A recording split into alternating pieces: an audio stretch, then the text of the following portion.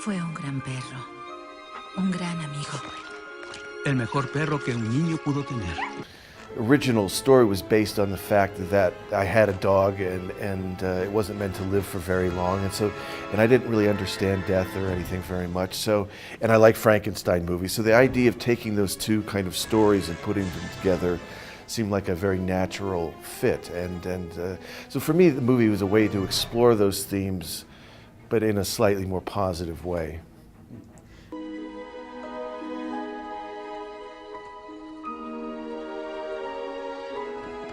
Lo siento, amigo.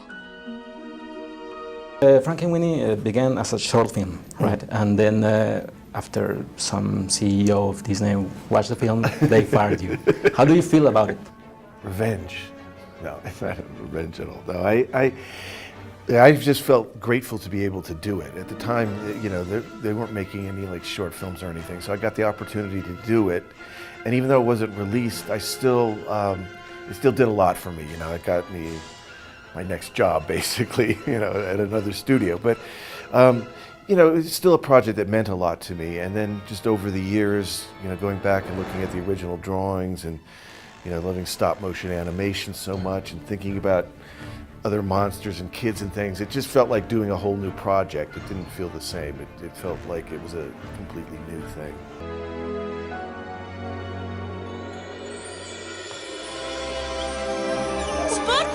It kind of combines a lot of things that I love, and it was probably the only project, and the first project where, when I expanded it, I thought about everything personal. I thought about the other kids I remember in school, you know, certain kind of teachers, even the places, the look of the classroom and the look of the neighborhood was all stuff that I remember from that time. So in some ways it was the most personal, because everything, even down to the types of kids and the kids I remember in school, was all based on memories.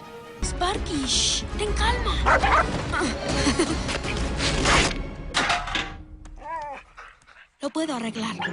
There's something about an animator taking an inanimate object and bringing it to life that's just quite exciting and beautiful. And so I think it makes it slightly extra special when you have that kind of a great artistic crew. And what can you tell us more about the pro-science thing? In America, there's always this resistance to thinking about things, you know, in new ways.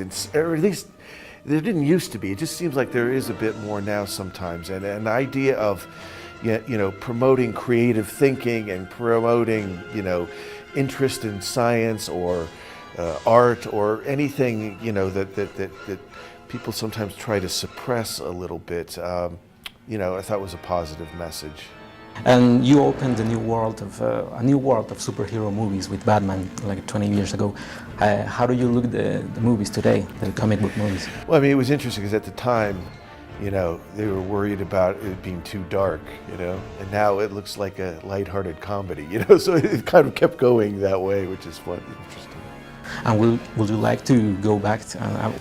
No, well, I don't know. I mean, they're obviously extremely popular. They just keep going up in popularity, but I just feel like it's time something needs to change a little bit. You know, they've been kind of going darker and darker sort of for the last 20 years, and it seems like it wants some kind of change. I don't know what that is, but, you know, but it's a great, you know, I love doing it.